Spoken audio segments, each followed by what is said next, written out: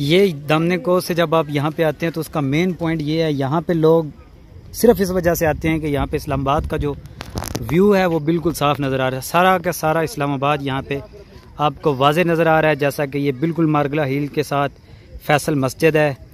इधर से ये बिल्कुल सामने जा रहे हैं तो ये सामने बिलू एरिया के तमाम वो बड़ी बड़ी बिल्डिंग्स जो आपको बिलू एरिया में नज़र आ रही होती हैं। सेंटोरस मॉल है, उसके बाद ये सऊदी पार्क टावर है, और ये सामने जो रोड है इसका नाम क्या है, 7th एवेन्यू है। ये 7th एवेन्यू है। यहाँ से ये रोड बिल्कुल सीधा जाते हुए वो आपको पार्लियामेंट हाउस नज़र आ रहा है, सुप्रीम कोर्ट नज़र आ रहा है। 1 कॉन्स्टिट्यूशन एवेन्यू के ऊपर जो वो बड़ी बिल्डिंग वो भी आपको यहाँ पे नज़र आ रही है। और यहाँ पे आने वाले जो सयाह हैं, जो विज़िटर हैं, वो इस जगह पे आके सारे इस्लामाबाद को देख सकते हैं कि किस जगह पे कौन सी चीज़ बनी हुई है।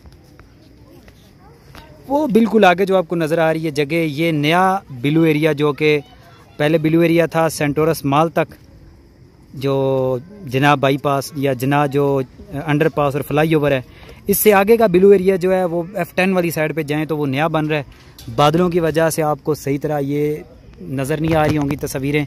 ये सारा जो है ये सामने जंगल आपको नज़र आ रहा है, इसे नेशनल पार्क कहा जाता है। ये मार्गला हिल्स का नेशनल पार्क है।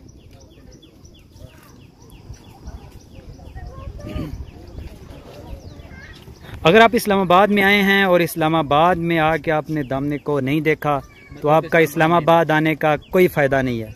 समझ लें कि आपका सफ़र, आपका खाना पीना, आपकी थकावट सारी ज़ाया हो चुकी है। आप दामने को का चक्कर लगाएं और यहाँ से ऐसे समझ लें कि आप हेलीकॉप्टर में बैठ के इस्लामाबाद को देख रहे हैं। क्यों शाफे मुगल जी? ऐसे ही है जी, तस्दीक हो गई है शाफे मुगल साहब की तरफ से।